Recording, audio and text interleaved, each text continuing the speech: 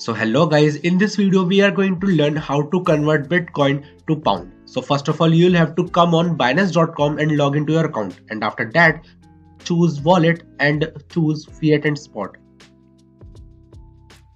So guys, after coming on this window, look for this search bar and type BTC, and the first option will arrive and choose convert.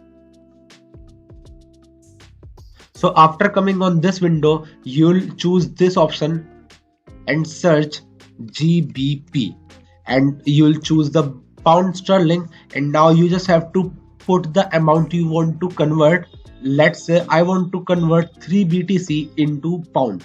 So I'll type 3 and click on preview conversion.